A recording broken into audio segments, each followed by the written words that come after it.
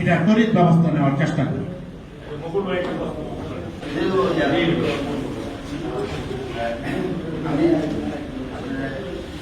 অনৈতিক কোন অভিযোগ আমি তখনও চেষ্টা করছি যে সঠিক লোক যাতে পর্যন্ত আমি গেছি, যাতে তারা সঠিক সময় মানে সঠিকভাবে যাতে বিচার পেয়ে যায়। এখনো যারা 200 বছর করা উচিত গাজীগুলো কেন করা উচিত দেখেন, এই আপনি একজন জনপ্রতিনিধি হিসেবে আপনার ভূমিকাটা আসলে কি থাকতে পারে? ওনাদের নিশ্চয়ই পাওয়ার অধিকার, সরকারি সিদ্ধান্তের কথা আমার যত রকমের রাজনীতি সংক্রান্ত কথা নিশ্চয়ই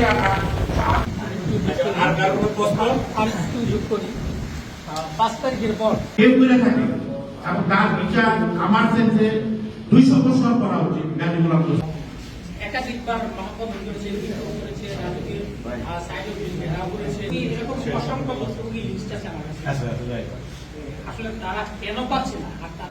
এই শীতলক্ষার পানি যদি সুপ্রিয় পানি হয়, আপনি বুড়িগঙ্গাতে পানি আনতে যাবেন না। আবার এখন থেকে 20 ফিট নিচে যদি আমি সুপ্রিয় পানি পাই, আমি 400 ফিট ডিপ টিউবওয়েল বসাবো না। তো এই যে ফেসিজমের জন্য মানুষের এতটা নিপীড়ন অত্যাচার অতিষ্ঠ হয়ে একটা সমাজ এতটা নষ্ট করে ফেলছে, এতটা নষ্ট হয়ে গেছে, কে কি করবে এটা দিশা পাচ্ছে না। তা আমরা যদি এই আমাদের যুব সমাজ হোক, বিএনপির কর্মী হোক, আপামর জনগণ হোক, যারা বেকার আছে তাদেরকে যদি আমরা কর্মমুখী করে তুলতে পারি, নিশ্চয়ই আপনারা ওই জিনিসগুলো আর শুনবেন না। তার ওই জিনিসগুলোর থেকে আমরা আমাদের যারা আছেন ভাই বোনেরা, আমরা সবসময় চেষ্টা করতেছি এবং আমাদের সাথে বাইরেও যারা এই জনগোষ্ঠীর মানুষ, তাদেরকে আমরা এটাই আমন্ত্রণ জানাচ্ছি, তারা যেন কর্মের দিকে ফিরে আসে। সেটা ব্যবসা হইতে পারে, শিক্ষা প্রতিষ্ঠানের শিক্ষকতা হইতে পারে, সামাজিক কোনো কাজের মাধ্যমে নিজেকে নিমজ্জিত করে আমরা যেন সুন্দর আগামী রূপগঞ্জ নির্মাণ করতে পারি।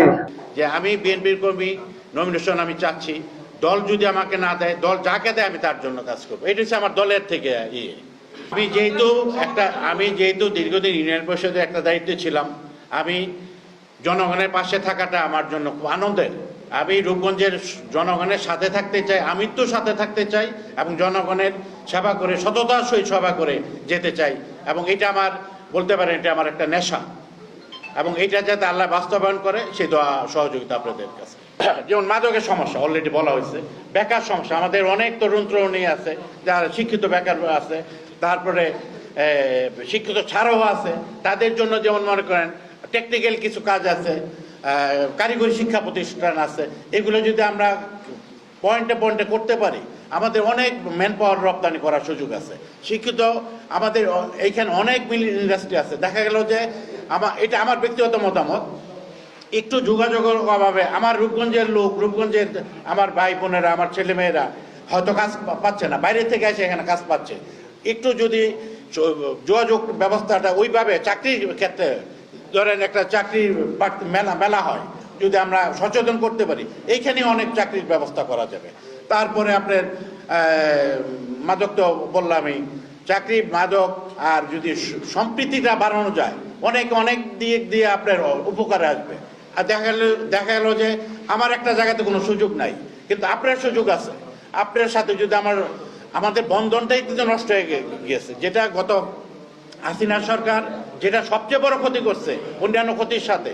আমাদের দেখেন আপনারা, গত একটা বিয়ে তো আমরা কেউ যেতে পারতাম না, বাক করে দিত আওয়ামী লীগ বিএনপি অমুক। এই যে আমাদের বন্ধনটা কত অটুট থাকা জরুরি, বন্ধনটা অটুট থাকলে আপনার কাছ থেকে একটা উপকার পাবো, আপনার একটা বন্ধু থাকবে নোয়াখালীর কাছ থেকে একটা উপকার পাবো। এরকম বন্ধনটা আমাদের অটুট থাকা জরুরি।